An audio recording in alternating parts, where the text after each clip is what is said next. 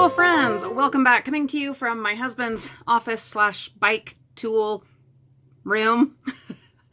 Welcome. I am Julie, and this is part 3 in this series of growing a garden from the dumpsters. We are dumpster divers, and we find a lot of things in the dumpsters that we sell, that we use, that we share, that we donate, and that we repurpose and we upcycle.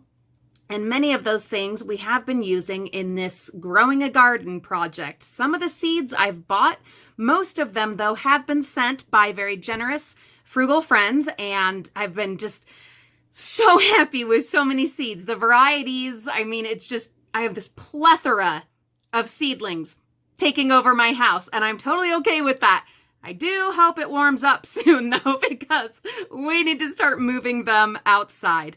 Is it possible to grow a garden entirely from the dumpsters? Maybe not, but between what we find in the dumpsters, a little bit of creativity, and all the fabulous seeds sent from our frugal friends, and then a little bit of expenditure financed with dumpster diving, yes, I do believe it is possible to grow a garden from the dumpsters. So let's jump into today's update. I am watching Monty Dawn while the kids are going insane in the bathroom, getting ready for the day.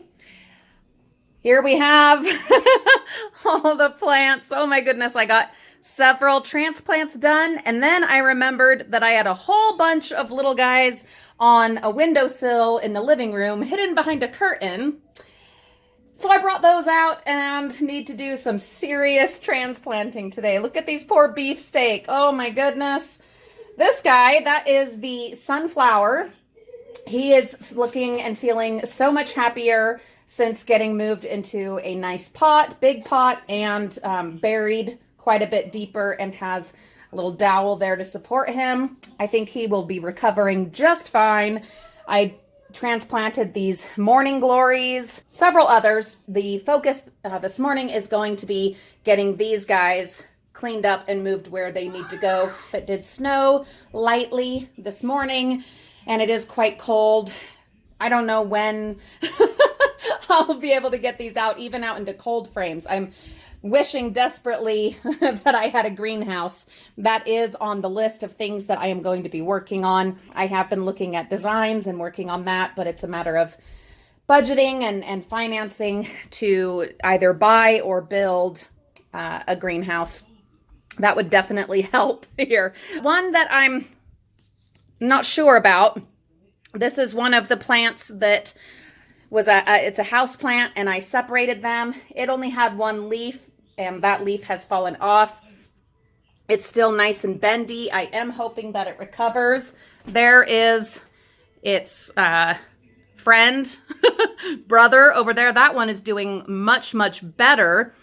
But it also had several leaves when I transplanted it a couple of weeks ago. I'm not giving up hope. I'm going to just keep on keeping on. I have moved it under the plant light, which it wasn't before, and I will just keep watering it. We'll see. Here's hoping.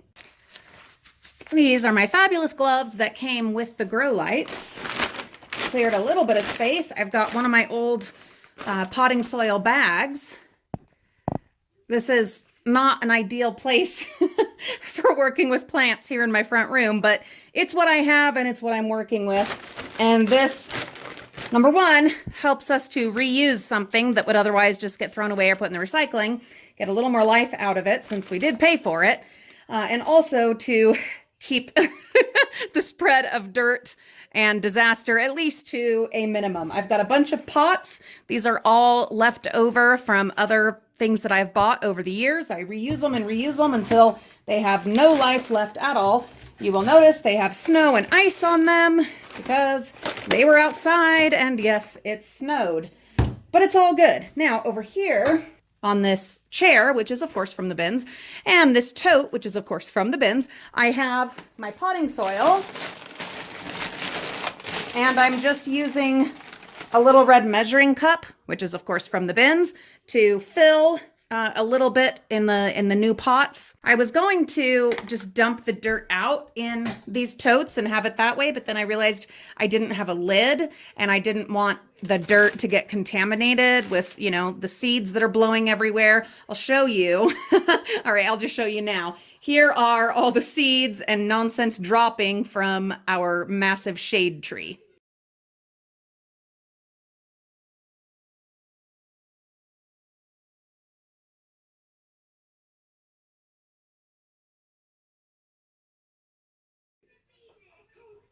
So yeah, I didn't want any of that messing up my beautiful Miracle Grow potting mix. So I just keep it in the bag and then roll the bag down. I'm not going to completely fill these yet because my tomato plants, I will plant them a little bit deeper than their stem is, just to give them some support. And so I want to pull them out and decide kind of how deep I'm going to want them before I add much more dirt. I am going to very gently just kind of squish the bottom and turn this over. Look at that. Oh, that's gorgeous. Look at all those roots. Oh, they're beautiful. So at this point, I'm just going to separate them.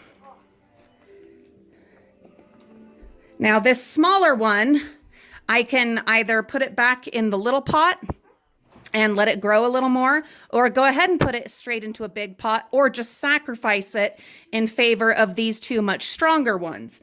That's a choice that you have to make based on your own needs and your own practices. I'm going to go ahead and put these two in here. I think I will keep him in this little pot for now, but I don't think I will transplant him and use up any more dirt on him because it does cost money. So I'm just going to put him in here, add some dirt, and I will keep him growing, and he will be one that I offer out or sell. So you don't want to hold the plants by their stem. That's dangerous for them. It's not good for them. So you want to gently grasp the strongest leaves. No, I don't know why. That's just what I've been taught in my TV gardening education, and it does seem to hold true. He is not in the center as I would prefer, but it's all good. Good enough. There's that one. Now, let's jump in with these guys. These are all beefsteak.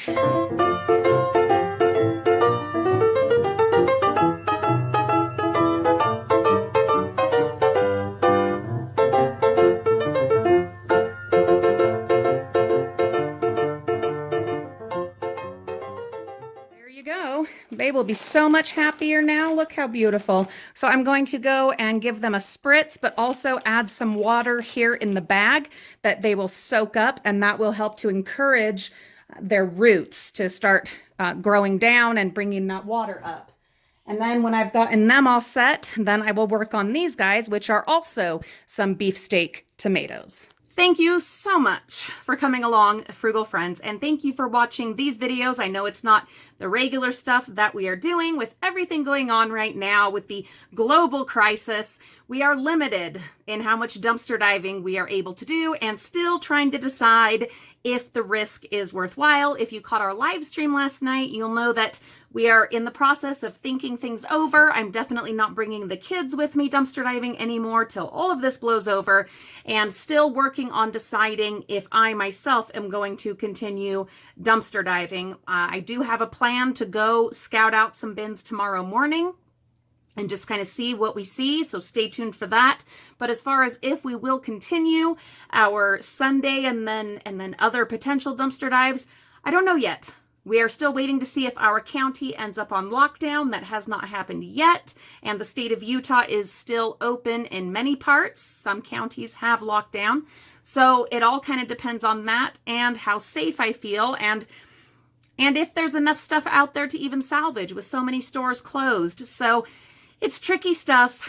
Thank you so much to my very loyal Frugal Family fanatics that continue to support us and to watch everything we put out, regardless of if we are in the dumpsters or not. It means the world. It means the world to me, and I am so grateful to you. So thank you.